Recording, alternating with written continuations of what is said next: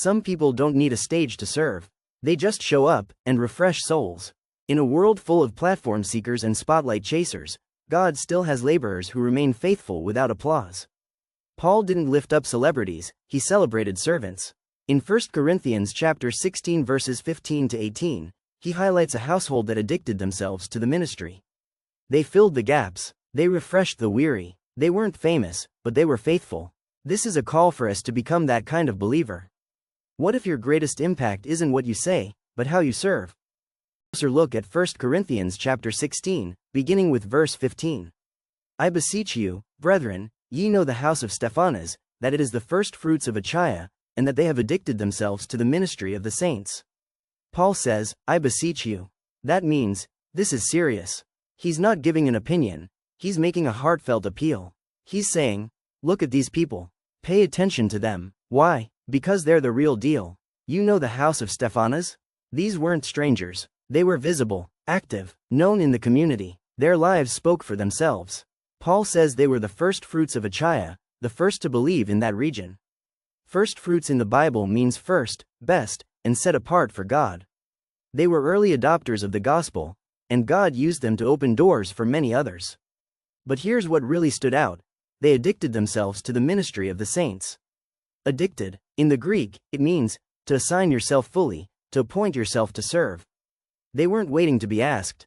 They were consumed, committed, called.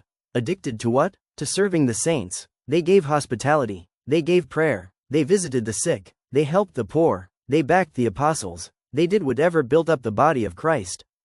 That ye submit yourselves unto such, and to every one that helpeth with us, and laboreth. Paul says, submit to people like them. Not because they have a title, but because they live the truth. Submit, in the Greek means, to yield, to respect, to align with their leadership. You support them, you walk beside them, you honor them, they lead by service, not spotlight. Then Paul adds, it's not just Stephanas. Submit to everyone that helps and labors in the gospel. The ushers, the intercessors, the ones behind the scenes.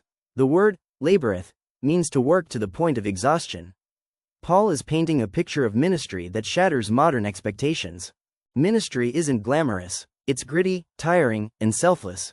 It's gritty, it's real, it's raw, it's not always clean or convenient. Ministry means walking with people through their mess, through sin, sorrow, and struggle. Paul endured persecution and opposition. 2 Corinthians chapter 11 verse 23, in labors more abundant.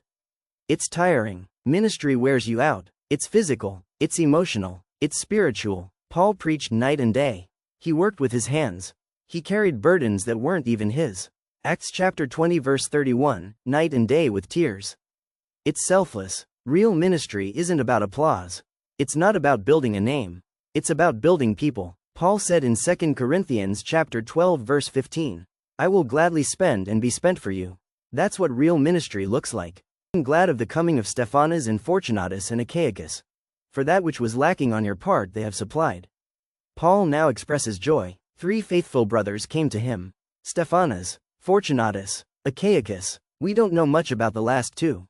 But we know this. They showed up. And their presence meant something. This moment reminds us that godly presence matters. Paul wasn't just thankful for what they brought. He was grateful for who they were. We often focus on doing ministry. But sometimes, just being present is the ministry. Paul says, that which was lacking on your part, they supplied. What was lacking? Encouragement, connection, support. These 3 filled in the gap. When others couldn't or wouldn't, they stepped up. Don't wait for the crowd. God often moves through the faithful minority.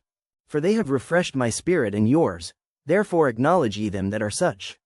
Paul says, they refreshed my spirit, and they refreshed yours. To refresh means to give rest, to renew, to restore. Their ministry was more than practical, it was personal. Their service brought peace, not just to Paul, but to the whole church.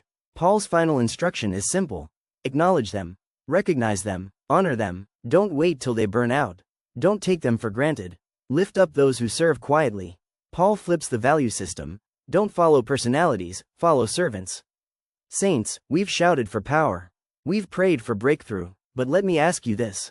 Who will refresh the weary? Who will stand in the gap? Who will be addicted, not to applause, but to the ministry of the saints? We don't need more celebrities in the church. We need more Stephanas households. People who serve without a mic, who show up without being asked, who carry water, carry weight, and carry the Spirit of Christ in everything they do. God is calling us back, not to status, but to service, not to titles, but to testimony, not to position, but to presence, faithful presence.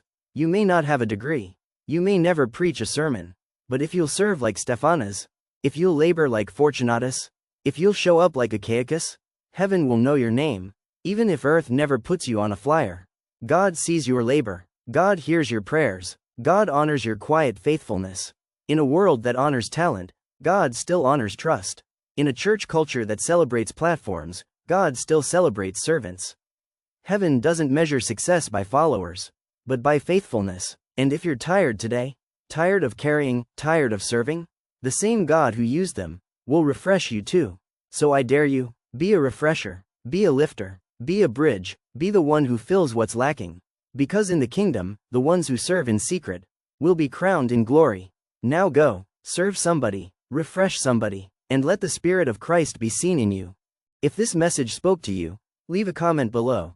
How is God calling you to serve quietly in this season? Subscribe to Living Word Media for more truth-filled, soul-refreshing Bible teaching.